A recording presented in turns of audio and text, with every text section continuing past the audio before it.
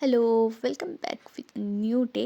সেদিন অফিসের পর আমাদের প্ল্যান হয়েছিল হঠাৎ করেই, আর শানু আমাকে পিক করতে চলে এসেছিলো আমারই অফিসের নিচে। সেদিন আমরা চলে গেছিলাম হস্তশিল্প মেলায়, যেটা লোকেটেড ছিল নিউ টাউন সেন্ট্রালের সামনে। এখানে সোনাঝুরি হাট তো 12 মাসই বসে, কিন্তু এই হস্তশিল্প মেলাটা আসে শুধুমাত্র উইন্টার সিজনে। সেদিনকে আমরাই শুধুমাত্র আসিনি, রিয়া আর অভিও এসেছিল। আর মেলার বাইরে আমরা দেখতে পেয়েছিলাম এই উডেন ফার্নিচারগুলো, যেগুলো বেশ ভালো ছিল, শক্তপোক্ত ছিল আর কম প্রাইসে ছিল। তারপরে শানু আর অভি খেলো চা, আমি আর রিয়া খেলাম ফুচকা। তারপরে আমরা এন্ট্রি নিলাম মেন মেলায়। মেলা মানে ক্রকারিস, সেই জন্য আমি ফার্স্টেই খুঁজে নিয়েছিলাম ক্রকার শপ।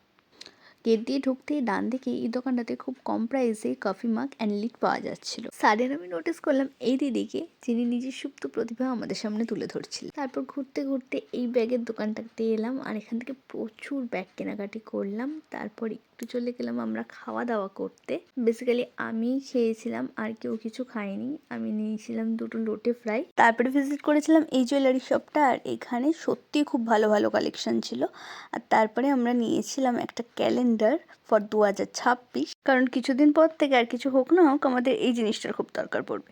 তারপরে আমরা আবার চলে গেছিলাম এই ফ্লাওয়ার শপে, কারণ এখান থেকে আমাদের অনেক ফ্লাওয়ার নেওয়া ছিল আমাদের ঘরের জন্য। প্রত্যেক বছরই আমরা নিই। মেলা ঘোরার পর রাতও অনেক বেশি হয়ে গেছিলো, খিদেও প্রচুর পেয়ে গেছিলো, তাই আমরা চলে এসেছিলাম ইন্ডিয়ানে। এখান থেকে বিরিয়ানি আর চাপ নিয়ে আমরা দিনটাকে শেষ করেছিলাম।